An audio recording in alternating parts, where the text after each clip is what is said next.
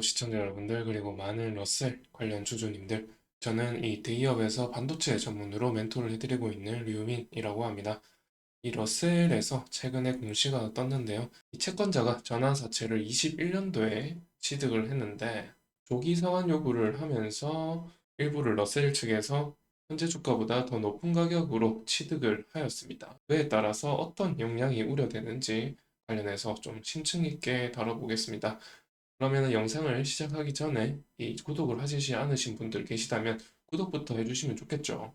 먼저 이 러셀이 어떤 사업을 영위하고 있는지 이것과 관련해서는 저희 대기업에 다른 러셀 영상이 있습니다. 거기에 참고를 하시면은 거기에 좀 더 심층 있게 러셀 주요 제품과 기업 개요 관련해서 좀 다루고 있으니까 그 영상을 참고하셔가지고 러셀에 대해서 좀 더 알아보시면 좋겠고요.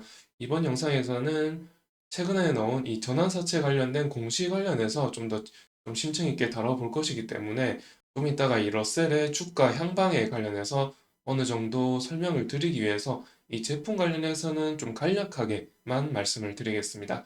우선 기본적으로 러셀은 이 반도체 부분이랑 이 로봇 부분으로 나뉩니다. 이 반도체 부분에서 매출 비중을 70% 차지하고 있고요. 그리고 로봇 부분에서 매출 비중을 30% 차지하고 있습니다. 그리고 로봇은 운송 로봇인데 공장 같은 데서 적재된 짐 같은 걸 운송하는 그런 로봇이라고 보시면 되겠고 이 제품은 보통 오뚜기 이런 데 납품이 된다고 보시면 되겠고요. 이 반도체 부분에서는 이제 웨이퍼 관련 사업이 있고 또 CVD 증착기계죠. 이 케미컬이라고 해서 화학적인 증착을 하는 장비가 되겠습니다. 그런 증착 장비를 생산해서 납품하기도 하고 또 웨이퍼 관련해서는 200mm, 8인치 200mm랑 12인치 300mm짜리 웨이퍼를 만들어서 납품하고 있는데요. 여기 간단히 설명을 보시면은 200mm에서 지금 이 설명은 200mm 설명이 아니라 300mm 설명입니다. AI로 자동 생성된 답변이라서 조금 안 맞는 말이 있는데, 이 말은 지금 300mm에 해당하는 상황이고, 300mm 같은 경우, 이 다이가 칩이죠. 반도체 칩 하나의 크기가 100mm 제곱일 경우, 706개의 넷다이가 생산된다. 그러니까 웨이퍼 30cm죠. 30cm짜리의 웨이퍼 하나에 이 반도체 칩이 706개가 생성이 되는데, 칩 하나당 크기가 100mm 제곱일 경우에 706개가 생산된다는 말이고 칩 하나당 130mm 제곱일 경우에는 543개의 칩 다이가 생산이 된다고 하죠. 그런데 이 300mm 웨이퍼에서 이 543개가 생산되도록 하면은 계속해서 적자가 난다고 합니다. 그래서 이 706개짜리를 생산해야 이득이라고 합니다. 그래서 그런 차이를 좀 인지하시면은 이 웨이퍼 관련해서 어느 정도 수익성을 좀 예측해 보실 수 있을 거라 생각이 들고요. 자, 그러면 200mm 관련해서 이제 조금 설명을 드려보면 이 200mm는 이 300mm가 나오면서 좀 구버전 취급을 받으면서 이 소멸되는 거 아니냐 이런 이 시장에 시선이 있었습니다.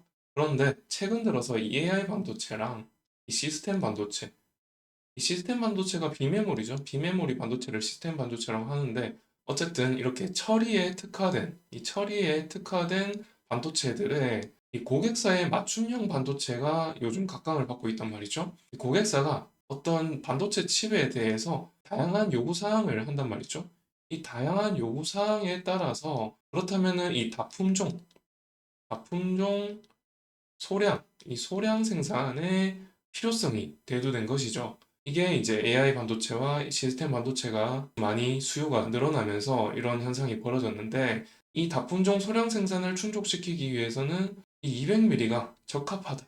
그래서 200mm짜리의 웨이퍼 생산 기계가 다시금 이제 좀 수요가 생기고 있고 요즘 들어 이 8인치 웨이퍼가 다시금 부각이 되고 있는 것입니다. 그런 점에서 8인치 관련해서 웨이퍼 생산을 하는 업체가 이 DB 하이텍과 러셀 이렇게 뭐 손에 꼽을 정도로 몇 업체가 없습니다. 다 이 300mm짜리로 전환을 한 상태라서 이 200mm짜리에 대한 어떤 공급처가 별로 없기 때문에 그런 점에서 IDM 업체나 뭐 어떤 200mm짜리를 필요로 하는 어떤 업체들에게 이 선택을 받을 가능성이 크다. 이렇게 말씀을 드릴 수가 있겠죠.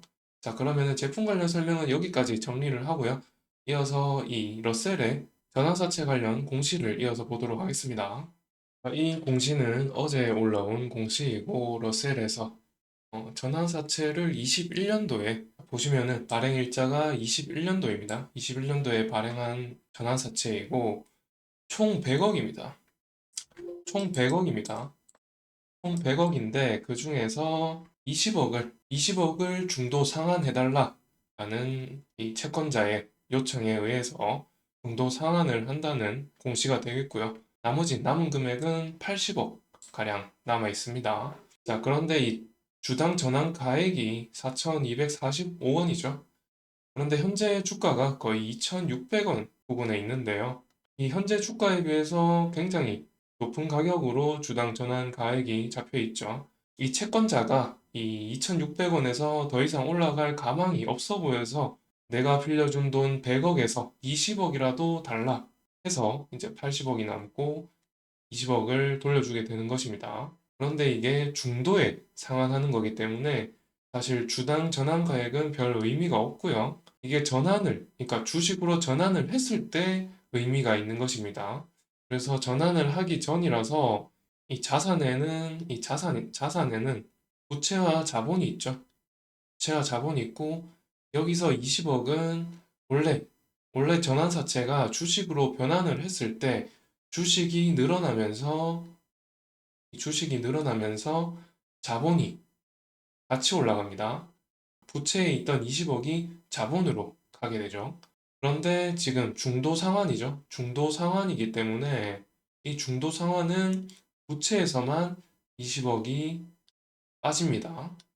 날라갑니다. 그러면은 어떤 문제가 남느냐? 자, 갑자기 자산이 20억이 날라간 거죠. 자산이 날라간 거죠. 20억이. 그렇게 되면 이 회사가 본래에 갖고 있던 어떤 어음이라든가 채무라든가 이런 부분에서 해결 능력이 있어야만 문제가 없을 겁니다. 그런데 기존에 이 어음이라든가 채무라든가 이런 것들이 많아버리면 지금 당장 20억이 나가기 때문에 어떤 빚을 상환하지 못하는 일이 발생할 수가 있겠죠. 그런 위험성을 체크를 해야겠죠. 그래서 이제 재무제표를 한번 보실게요.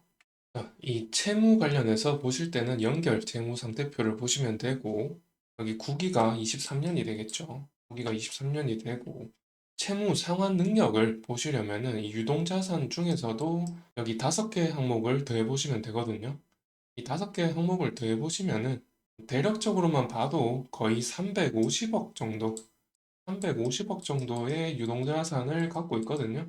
바로 이 350억 정도의 어떤 채무 상환 능력이 이미 있기 때문에 이 전체 자산에서 20억 정도 나가는 걸로 큰 타격은 없을 거다. 이렇게 이제 말씀을 드릴 수가 있겠고, 그러면은 제가 지금까지 이 전환사채 관련해서 이런 공시가 떴을 때 어떤 식으로 이 재무제표에 변환이 생기고 또 어떤 식으로 기업이 대처를 해야 되는지 그런 것들 관련해서 좀 세부적으로 말씀을 드렸는데 잘 따라오셨으리라 믿고 그러면 이제 마지막으로 차트를 보시면서 설명을 드리겠습니다. 차트를 보시면은 웨이퍼 관련된 소부장 업체들이 대부분 이런 흐름을 보여주고 있어요. 장기 이평선을 뚫는 척 하면서 다시 장기 이평선을 뚫고 하향 돌파하면서 지지 라인을 알 수 없을 정도로 지금 하락세를 맞이하고 있는데 초반에 잠깐 말씀을 드렸지만 이 웨이퍼 관련해서 어느 정도 노하우를 오랫동안 갖고 있는 회사에 있고 200mm, 300mm 관련된 웨이퍼의 어떤 향후 비전을 말씀을 드렸죠. 그리고 이 전환사채 관련해서도 지금 당장으로서는 문제가 없다 이런 말씀까지도 드렸는데 주식이 좀 올라갔을 때 채권자가 주식으로 전환해서 주식으로 돌려받을 때 이때 이제 어떤 단기적인 이슈로서 주식 가치가 희석되면서 주식 하락에 영향이 있겠으나 지금 당장으로서는 자산에 어떤 큰 영향은 없을 것이다. 이런 말씀을 드렸고요. 지금으로서는 이 차트에서 주가 가격적인 측면에서는 어떻게 딱히 드릴 말씀이 없습니다. 별로 좋지 못한 모습을 보이고 있고 어디서 변곡점이 생기는지 이것들을 좀 유심히 봐야 될 필요가 있겠다. 이렇게 말씀을 드릴 수가 있겠고요. 변곡점이 생긴다면은 이제 그때 또 유의미한 차트 해석이 가능할 것으로 보이고요. 그러면은 다음에 1, 4분기 보고서라든지 뭐 새로운 이슈 가지고 얘기를 해보도록 하고요. 이번 영상은 여기서 마치도록 하고 지금까지 시청해주신 여러분들께 감사의 말씀 드리겠습니다. 감사합니다.